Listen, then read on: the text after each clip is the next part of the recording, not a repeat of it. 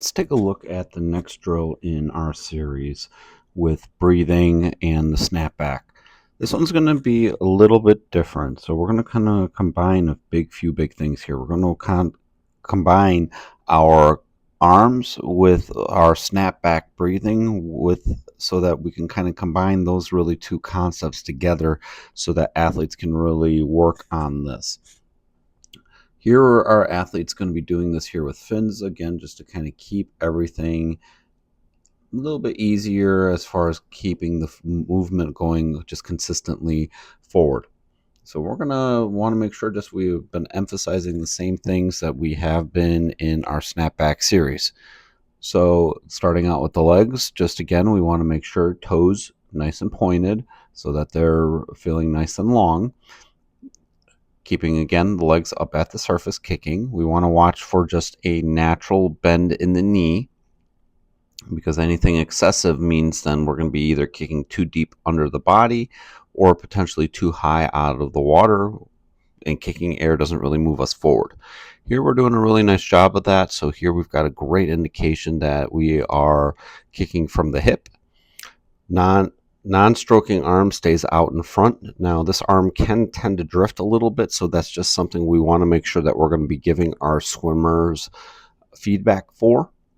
Here we are in a breathing position, so we're taking a very quick breath, head here nice and low. We got a little bit of a lift right there, so just something to kind of give our athletes feedback for. Head here in this frame, this is where we would want to be. The head's nice and low, goggle lines right across the surface of the water.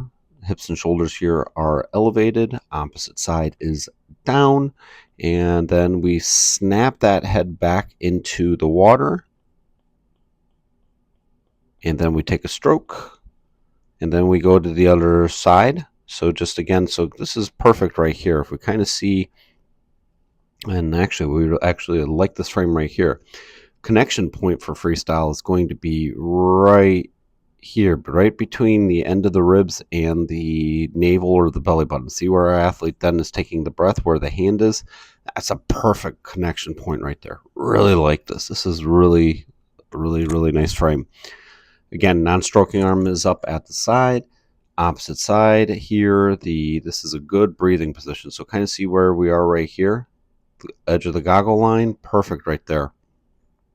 Kick continues to stay nice and strong. Hips up, shoulders up, opposite side is downward. Then we're going to return that head back into the water, and we just keep continuing to do that. So here we're doing a really fine job with that. Let's transition to go under the water. And again, what we look for here is just some of the key things that we have been throughout our video series here is that the toes are nice and pointed, which we do have because we're wearing fins.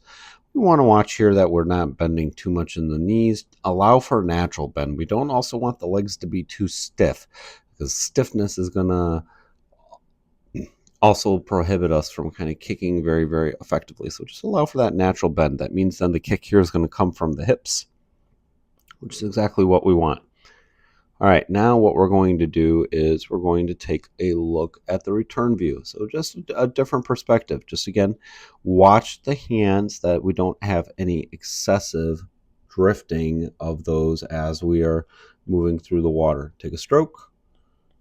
Kick remains nice and strong. Take the breath. Nice and low. Return that head back into the water.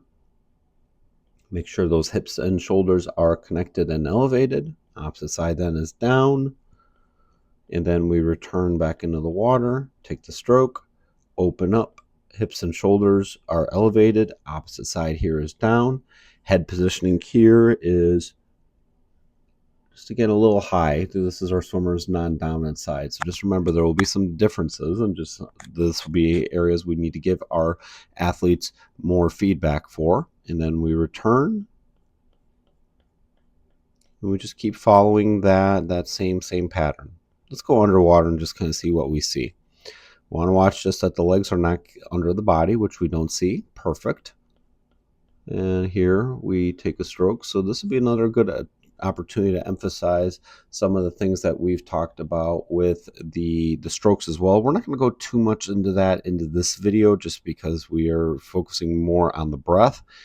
Quick breath, return that head back in. You can see that breath was really quick. Breath, and we return back in, and your athletes will get enough air. Overall here, this is a great demonstration for this drill. If you found some value out of it, be sure to drop a like and subscribe.